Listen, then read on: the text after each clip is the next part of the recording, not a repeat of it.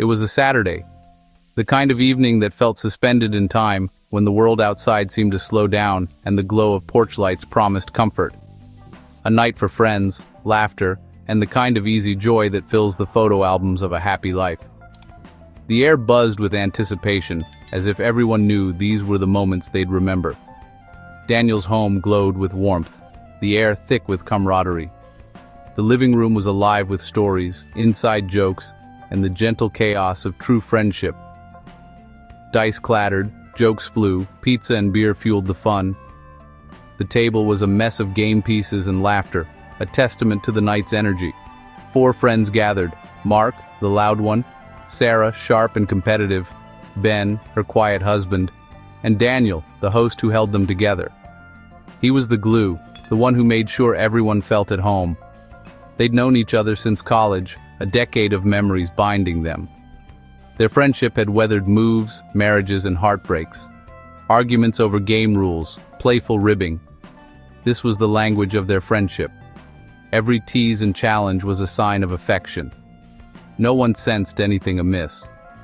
The night felt safe, ordinary, and full of promise.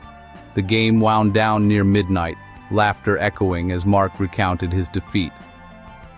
The hours had slipped by unnoticed, as they always did. Sarah and Ben left first, promising a rematch. Their goodbyes were light, full of plans for next time. Mark lingered, then left too, headlights sweeping away into the night. The house fell silent, almost. Daniel wasn't alone yet, and the night still held a gentle hum. Liam, the 5th friend, had arrived late and stayed to help clean up. He moved quietly, almost as if he didn't want the night to end. "I'll help with the dishes," he'd said, smiling. A simple, friendly gesture, the kind of thing friends do without thinking. But later, this detail would be scrutinized by investigators, its ordinary shape warping into something sinister. What seemed innocent would become a puzzle piece in a darker story. Liam was the last person to see Daniel alive. He left quietly, the door clicking shut behind him. Or so the story went. The truth, as always, would prove more complicated. That night, nothing seemed out of place. The house was still, holding the echoes of laughter and the warmth of friendship. But it would become the most significant night of all. The last good night, before everything changed.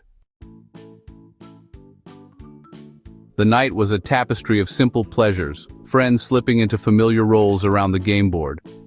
Mark's laughter dominated, Sarah played with quiet intensity, Ben offered a supportive smile.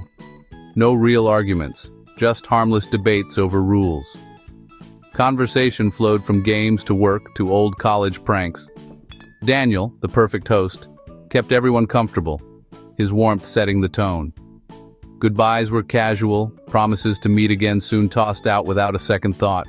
No one sensed finality or dread. It was just another game night. They couldn't have been more wrong. Past midnight, the street outside Daniel's house was silent. Inside, party remnants lay scattered, a testament to a good time. Liam stayed behind to help clean up, a gesture that seemed insignificant. Friends help friends, after all. But those unobserved minutes between Daniel and Liam would become a black hole in the timeline. The others had clean exits. Liam's timeline had an extra chapter, behind closed doors. This decision, to stay and help, would be examined from every angle. Was it kindness or opportunity? The image of 2 friends alone in the quiet house would haunt the investigation. The last time anyone saw Daniel alive.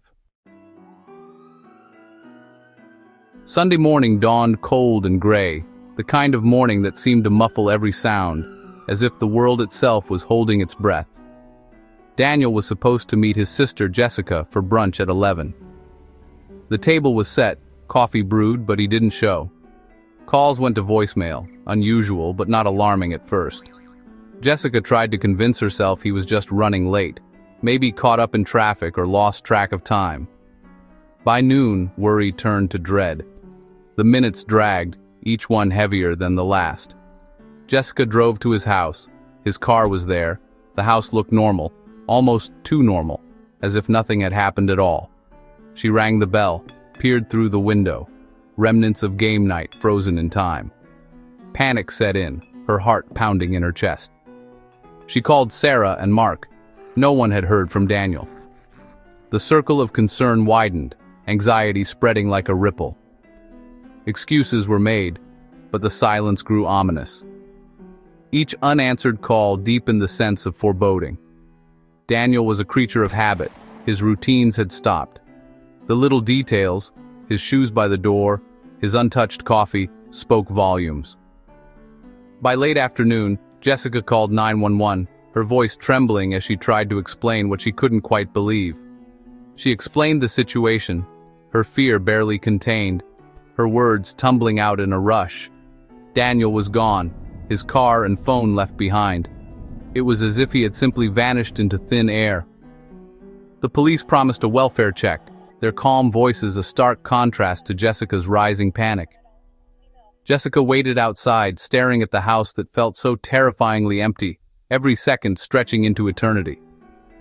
The silence was no longer just an absence of sound, it was an answer, a presence that pressed in from every corner.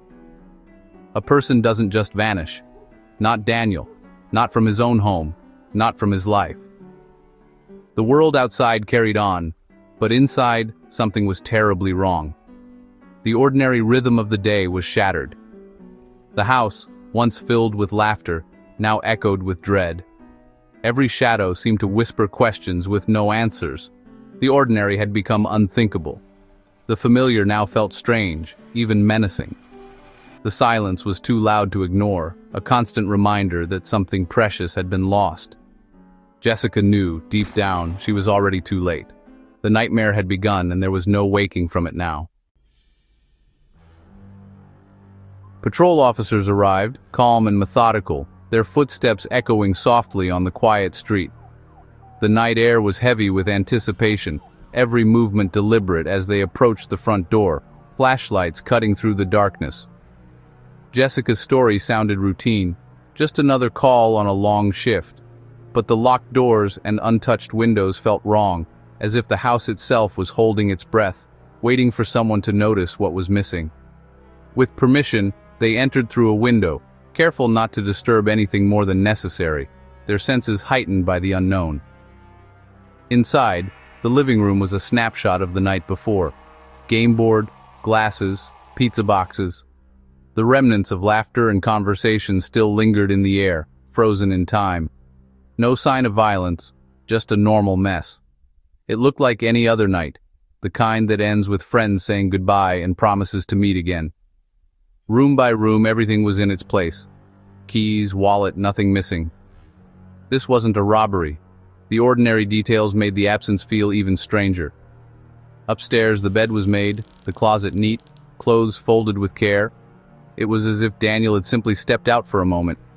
It looked like Daniel expected to wake up and start his day, unaware of what was to come. But then, a tiny dark speck on the entryway tile caught an officer's eye. It was almost invisible, easy to miss in the dim light. It could have been anything. A drop of wine, a speck of mud, a forgotten stain from the night before. But to a trained eye, it was a question mark. Something that didn't belong, a silent clue waiting to be understood. The officer didn't touch it, just stared, mind racing through possibilities, weighing what it could mean. In that moment, the investigation changed. The air shifted, tension rising as the officers realized this was no ordinary call. The pristine scene was no longer pristine. It had a secret, hidden in plain sight, waiting to be uncovered. A tiny, dark secret that hinted at something terrible, something that would unravel the peace of this home. The house was no longer just a home. It had become a place of questions, of fear, of uncertainty. It was a crime scene, marked by the smallest of details and the heaviest of silences. And the search for Daniel had taken a dark turn, one that would haunt everyone who stepped inside that night. That tiny speck unlocked a new investigation. Forensics arrived, turning the cozy home into a sterile lab. Luminol sprayed across the entryway revealed a ghostly blue glow. Blood. Someone had tried hard to clean it up. The glow stretched from the stairs to the kitchen, arcs and swirls showing frantic scrubbing. Blood is a stubborn witness, hiding in grout and beneath the surface. The trail continued into the kitchen, drips and a partial shoe print near the back door. The print was faint, but it was there, a ghostly footstep in blood. The house, once quiet, now screamed a story of violence and desperate cover-up. Daniel hadn't just vanished. He was taken. The evidence was clear. Someone tried to erase the truth, but the house remembered. Forensic tests confirmed it. Human blood, Daniel's blood, type O positive. The volume suggested a serious, possibly fatal injury. The heaviest concentration was at the base of the stairs, the likely point of impact. Maybe a fall, more likely a violent confrontation. Spatter patterns hinted at force, not accident. The blood trail led from the stairs to the kitchen, showing a body moved, bleeding. The partial shoe print near the back door was damning. Someone else had been there, stepping in blood. The cleanup spoke of intent, a deliberate effort to hide what happened. This wasn't panic. It was deception. The perpetrator tried to reset the scene, but failed. The ghost of the blood remained. The truth was written in stains. With forensics pointing to violence, investigators turned to the digital trail. Phone records for the friends were checked. Mark, Sarah, and Ben's phones showed them going home and staying there. Liam's phone told a different story. He left after midnight, but then stopped for nearly an hour in a commercial area. At 1:30 a.m., his phone moved back toward Daniel's neighborhood. Security footage showed a car like Liam's parking near Daniel's house at 1:42 a.m. A figure walked toward the house, disappeared from view, and reappeared over an hour later, leaving quickly. Liam hadn't gone home. He'd returned. He was inside the house during the window when Daniel was injured, and the cleanup happened.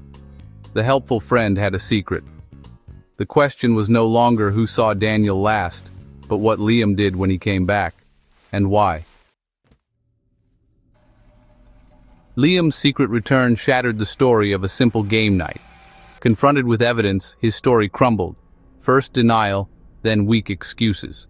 He couldn't explain the hour inside the house, or the blood. Motive remained elusive. Money, jealousy, resentment. Theories abounded, proof did not. Perhaps a late-night argument turned violent, panic leading to a desperate cover-up. Liam insisted on his innocence, but the evidence was damning.